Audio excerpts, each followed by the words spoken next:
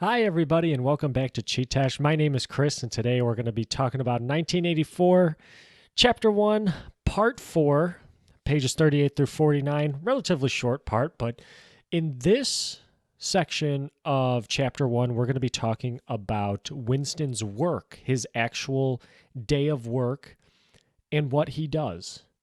So let's just jump right into it because what he does is very, very interesting, and we get just more of a glimpse into Winston's life, obviously what he does for work and how that relates to Big Brother and the party. So right away, part 4 starts off with a description of Winston's cubicle. It's pretty much the first pages. I'm looking at page 38. And at his cubicle, he's got some things one thing that we're familiar with. He's got a speak right there. That again, it seems like after reading part 4, this is used to dictate and make changes to things. What is he changing? Well, we're going to talk about that. So he's got the speak right. He's got a pneumatic tube on his right-hand side, and then he has 3 orifices, one of them being the pneumatic tube, the other one being a larger tube for newspapers, and then a third orifice as a disposal. And he describes the disposal as having wire grating. So that kind of tells me that you have to be careful with what you put in there, or you don't want to stick your hand down there or anything like that, right?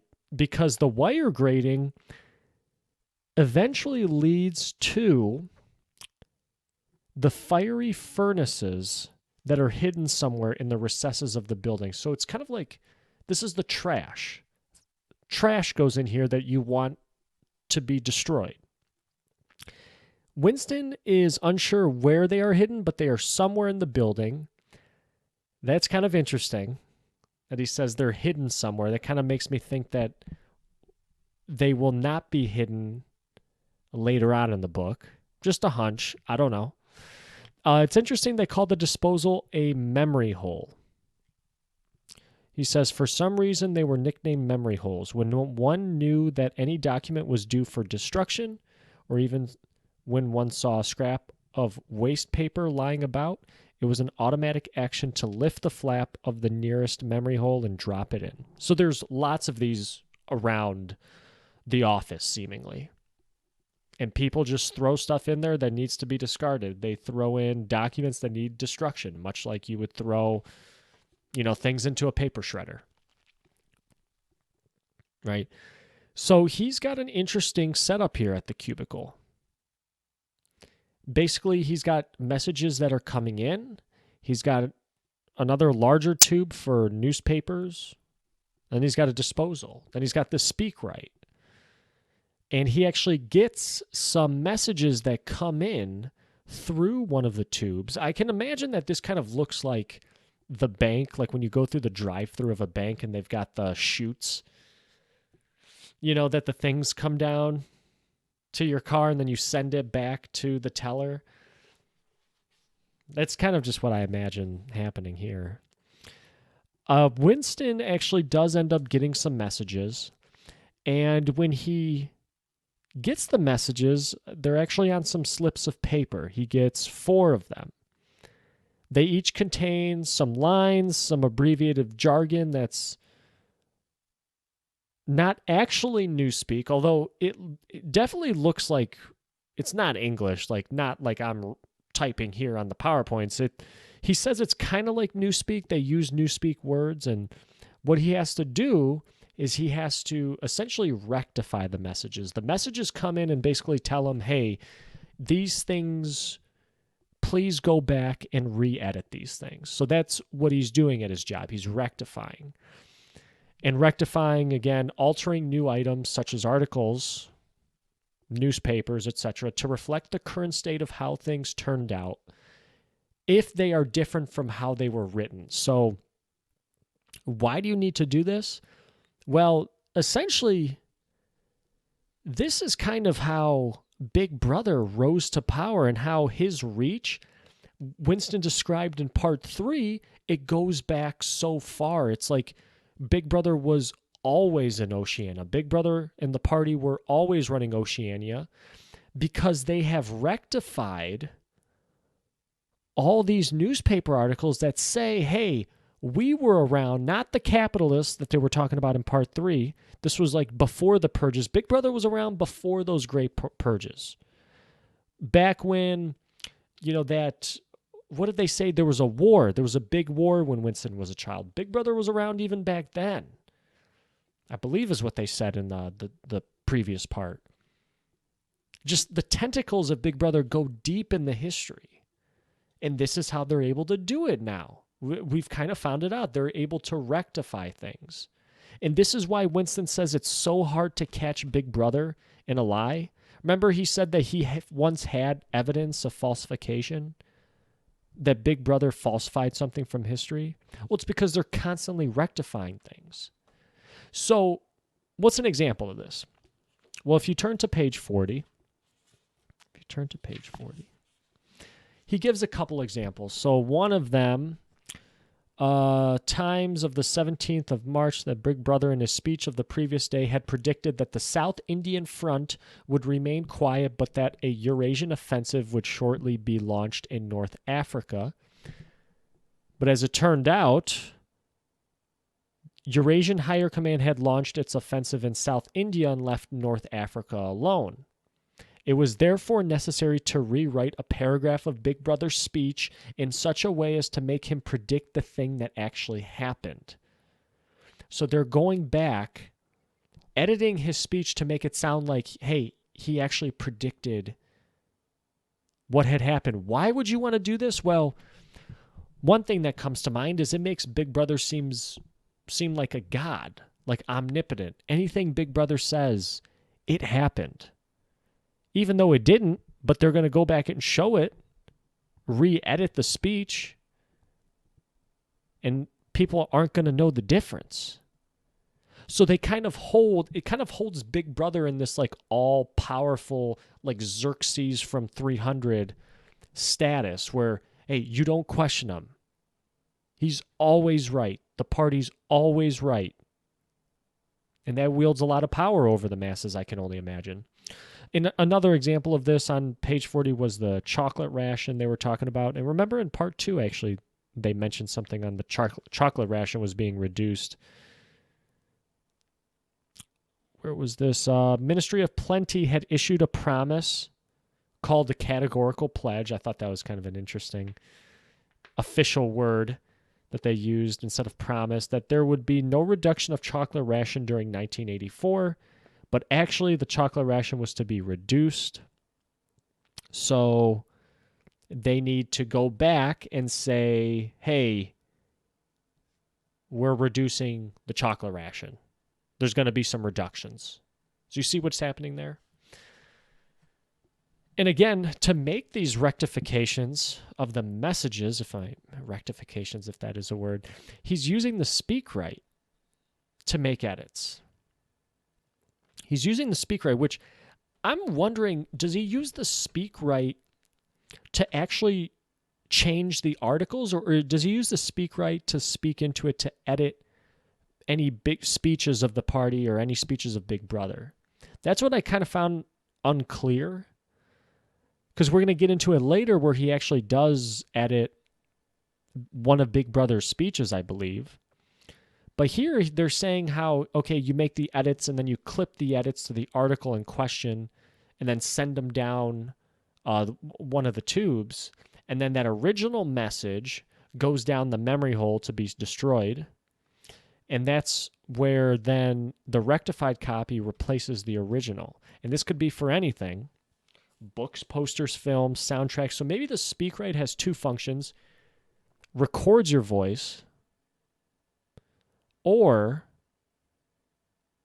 is almost like on your phone, you can like do talk to text. Maybe it does that too, because it's got both speak and write in it, in the word speak right. So maybe it serves as both functions. And then, if you're rectifying an article, whatever you speak into it gets typed out, and then you replace whatever's typed out with the original copy. And they do this with everything. as you can see down there, books, posters, films, etc. And like I said, the party and Big Brother, they're always correct. So the goal of rectifying these messages, the goal of the records department in which Winston works at, and really it seems like the goal of the Ministry of Truth, now we kind of know where this name comes into play, is to fix and update anything that turned out to be wrong that Big Brother wrote or said, or that the party wrote or said. Everything should be truth that the party says. That's what the Ministry of Truth is there to ensure the party's truth, basically. And it's funny here that Winston says they never call them errors or misprints. They never call it forgery. It's always, well, they always use words like slips or misprints, like, oh, it was an accident. Like, no, we're not going back and committing fraud or forgery. No, this is, Big Brother was right along. We're just going back to fix the error. Because Big Brother didn't say this. Because Big Brother's always correct. But it's funny because it turns out that sometimes the rectified version can be just as fantasy as the original. Like, he talks about how oftentimes, like, rectified stats were made up. So it's not like, you know, he talks about the output of boots. I think this was on page 42 here. So here, actual output. Ministry of Plenty's forecast had estimated that the output of boots for the quarter at 145 million pairs, but the actual output was 62 million. So they came in short. So this has to be rectified. So what did they say here? Winston, however, in rewriting the forecast, marked the figure down to 57 million, so as to allow for the usual claim that the quota had been overfilled. So even when they rectify something, it could be bullshit. It doesn't have to be truth. So this is where just things get so confusing. How do you know what's right and wrong? And he actually goes on to say, you know, this is why they don't even know the date of the year, because they're just going back and editing things. Like, oh, Big Brother said last week that the chocolate ration would be filled. But then maybe they rectify and say, oh, no, he said that a month ago. And he said that that would happen a week from that date. So now you're confused. Now, how do you know what today is? And that, like the quote I have there in the last bullet point, even the date of the year had become uncertain. Just from all these rectifications, all these updates to the messages. And I can imagine, how do you know what's up and what's down? If they're keeping on, if even the statistics are made up.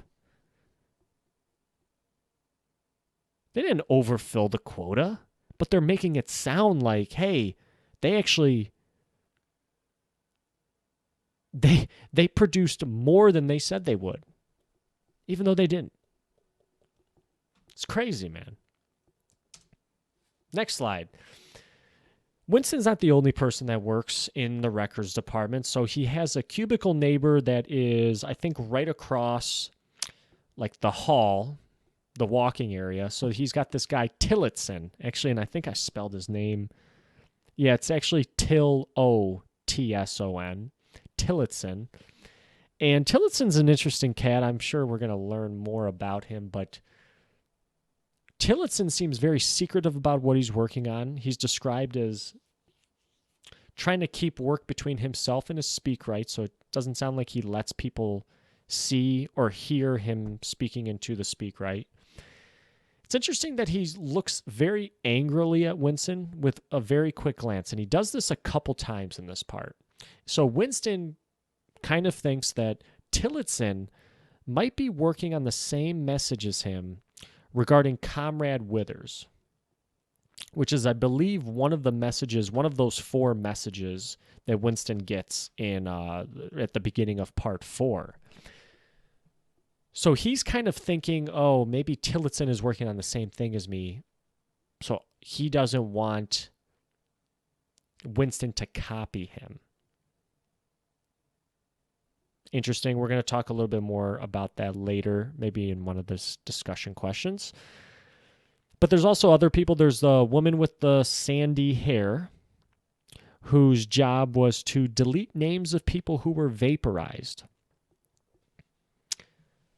Interesting. We've heard this vaporized word before, I believe in part 1, in regards to the thought police. And Winston says how when the thought police come for you, they can make you disappear, but they don't call it disappeared. They call it vaporized.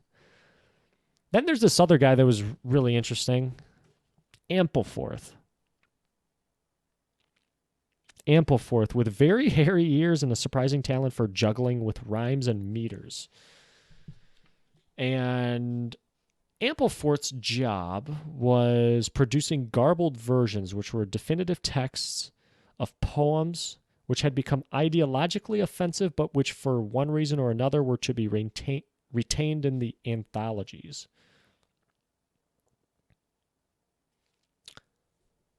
So things that were deemed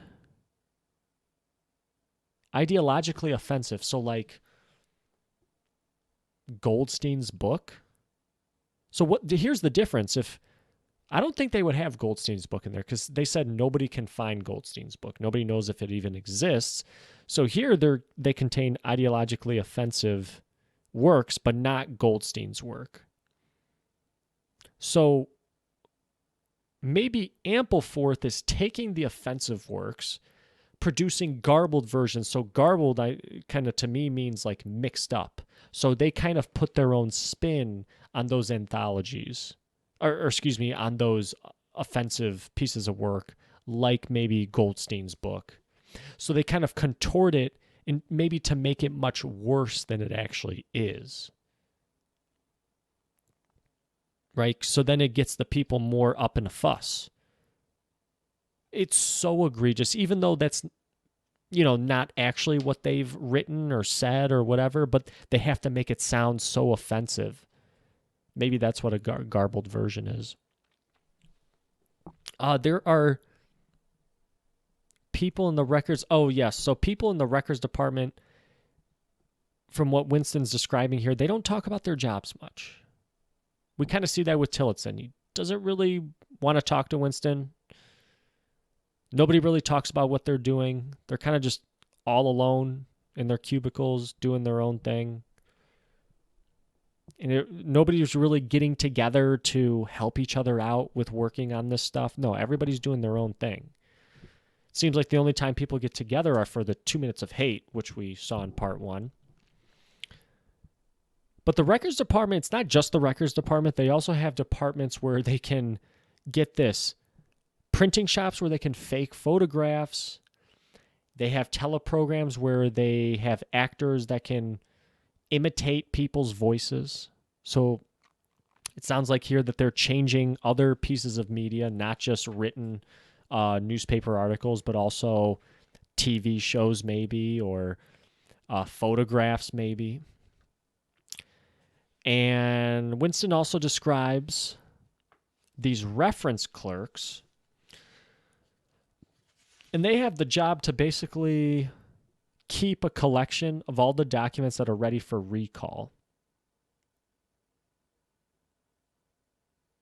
Somehow or another, quite anonymous, they were directing brains who coordinated the whole effort and laid down the lines of policy which made it necessary that this fragment of the past should be preserved, that one falsified and the other rubbed out of existence.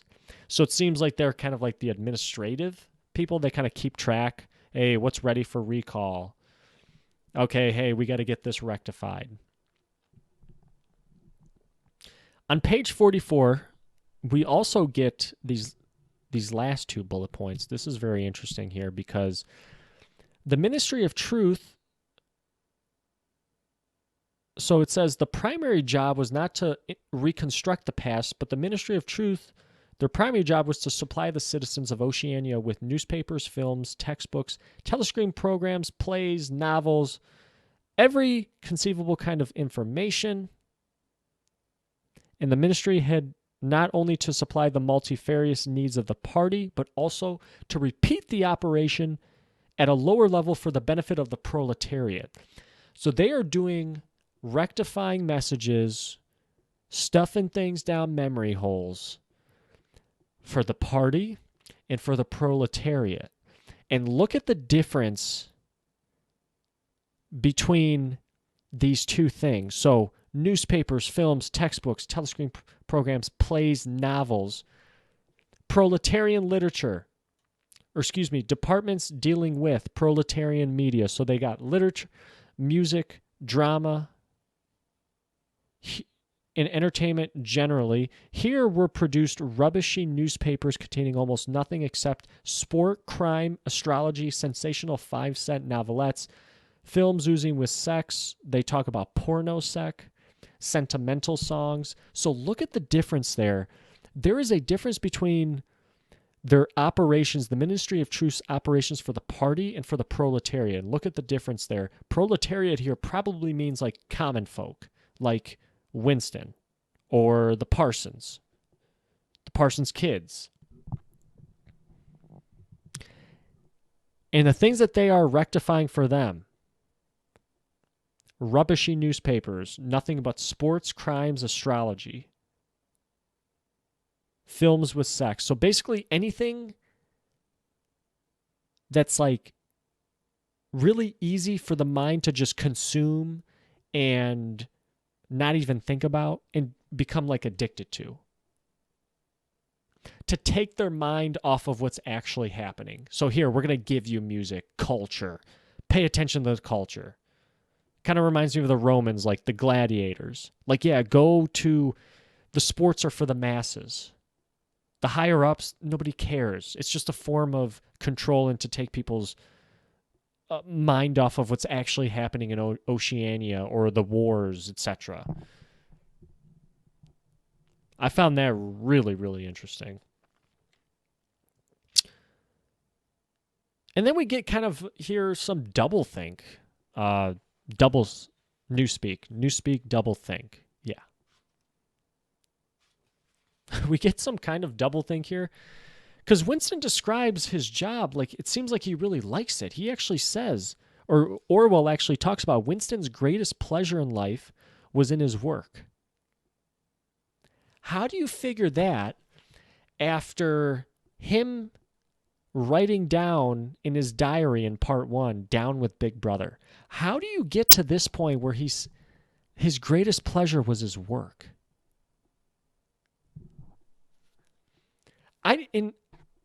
We have a discussion question about this, so I'll save my thoughts for that. I have some thoughts that maybe you can kind of think about these two different things. Yes, down with Big Brother, but also, yes, I do love my job. Maybe you can. I don't know. At first glance, it seems kind of like doublethink, like those two can't coexist with each other. So Winston goes through an example of rectifying. And the messages that come in, they're coming in again in kind of like newspeak, so you have to kind of translate them. They sound really weird. I probably should have posted an example for you guys, but here's an example. I'll read it. Times 3/12/83. Reporting BB day order double plus ungood. Refs unpersons rewrite full wise upsub anti-filing. Basically by that, he gives a translation here. Basically, what he has to do is one of Big Brother's speeches makes reference to non-existent persons, rewrite it in full, submit the draft, etc. So what had happened was in one of Big Brother's speeches, in the offending article, so in the Times, Big Brother had an order of the day, and in that order of the day, he devoted praising an organization known as the FFCC, maybe Floating Fortress related. And then he specifically looks like that he was praising Comrade Withers, a prominent member of the inner party who had worked in the FFCC, but then 3 months later, the FFCC was suddenly dissolved Comrade Withers was in disgrace. And then all of a sudden, Comrade Withers disappears. So now you got to change the speech. So what does he do? Well, Winston is tasked to fix this. He actually fixes it by creating a whole new person. So instead of the order of the day being a commemoration to the FFCC and Comrade Withers, it's now to a commemoration of Comrade Ogilvy. And he completely makes up this person, Comrade Ogilvy. Yeah. He says, okay, Comrade Ogilvy, okay, well, he was a good soldier. He joined the Spies at 9. He was part of the Anti-Sex League. He designed a hand grenade, which was pretty cool, and the Ministry of Peace ended up using it. Ministry of Peace, hand grenade, that doesn't really fit. He killed some Eurasians, and then he ended up being killed in action at 23. So not only does he make him up, he also makes him dead because, well, how are you going to prove this? That he wasn't alive. He's not alive. He was killed. So how can you prove that? Right? He actually mentions that they're creating dead men, but they're not creating any living ones. And the whole issue is that with this is, again, because Withers has disappeared. Withers has become an unperson. A person who does not exist. And most likely they are dead. Most likely they are dead. And Winston's talked about these disappearances before. He was kind of afraid of being disappeared, vaporized in part 1 after he wrote what he wrote in his diary about Down with Big Brother. But it seems like disappearances happen a lot in Oceania for whatever reasons. And all of a sudden you'll see your friend one day and then they'll be missing tomorrow. Nobody will know why. They don't announce it. They don't put it on public display. If it's just for singular people. And that's, I think, an important distinction here. Winston's mentioned the purges. He said that he lost his parents, his sister in the purges, the great purges of the 50s, I think it was. Long time ago when he was a child. And the purges are for large groups of people. They happen every so often. But if it's just one person, Big Brother can just snap their fingers. They're going to make them disappear. They're not going to put them on public display. And I guess that would be a good question, too. Why do you think, if it's just one person, they don't put them on public display? But if for the huge groups, they do. And I found it kind of interesting that some people will disappear and then they'll reappear only to reveal other people that were part of their plan, other dissenters that shared maybe the same ideas, then they disappear for real. So it's like, for singular people, they don't want to make an example out of them. But for the purges, they do. And I wonder why that would be. That would be a good discussion question. Maybe we'll put that down. But that is how part 4 ends. He creates this guy, Comrade Ogilvy, never existed in the present, now existed in the past. He would exist just as authentically and upon same evidence as Charlemagne or Julius Caesar. And again, perhaps Tillotson is working on this same project. The same project. I also found it kind of interesting that Comrade Withers was given the Order of Conspicuous Merit, 2nd class, but when he goes to think about giving the same to this made-up Comrade Ogilvy, he decides against it because of the unnecessary cross-referencing that it would entail. So it's like, hey, we want to make it up, but we don't want to make it up too much. Right? So I found that kind of interesting. Next slide, our discussion questions for part 4. Here they are, and I'm just going to say this right off the bat, guys. From now on, I am doing the discussion questions exclusively on the blog. So if you would like to see my responses or how I was kind of thinking about the discussion questions. They will be exclusively on the Chee-Tash blog. I can post a link to that in the description. So that's starting from for part 3 as well. So part 3's discussion questions. If you guys noticed, there wasn't an episode for part 3 discussion. They are now exclusively part 3 onward on the blog. So go head over there, check it out to see what I think about the following questions. Let's just read them over here. Why do you think the party would let multiple people work on the same message without any of them knowing? Tillotson and Winston. How can Winston write down with Big Brother in part 1 and yet say that he takes great pleasure in his work?